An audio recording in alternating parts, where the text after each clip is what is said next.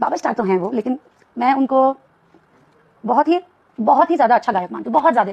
उनसे अच्छा गायक हमारी इंडस्ट्री में कोई नहीं है, आम्रपाली दुबे ने कहा। जी हाँ दोस्तों, आपका स्वागत है मेरे चैनल ऑसम भोजपुरी पर।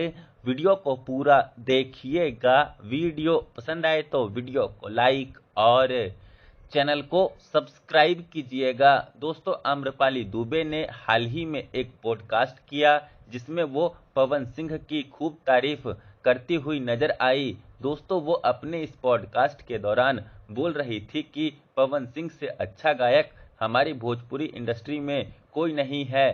साथ ही साथ वो इस पॉडकास्ट के दौरान बोल रही थी कि वो पावर स्टार तो हैं ही, पर आप कितने भी स्ट्रेस में हो, कितने भी बिजी हो, बस एक बार आप उनका एक गाना सुन लो, बस आपका मूड सेट हो जाएगा। दोस्तों, आम्रपाली दुबे के इस पॉडकास्ट का ये क्लिप सोशल मीडिया पर खूब ज़्यादा वायरल हो रहा है फिलहाल। वैसे आप लोग आम्रपाली दुबे के इस बयान से एग्री करते हैं कि नहीं, कमेंट करके जरूर बताइएगा।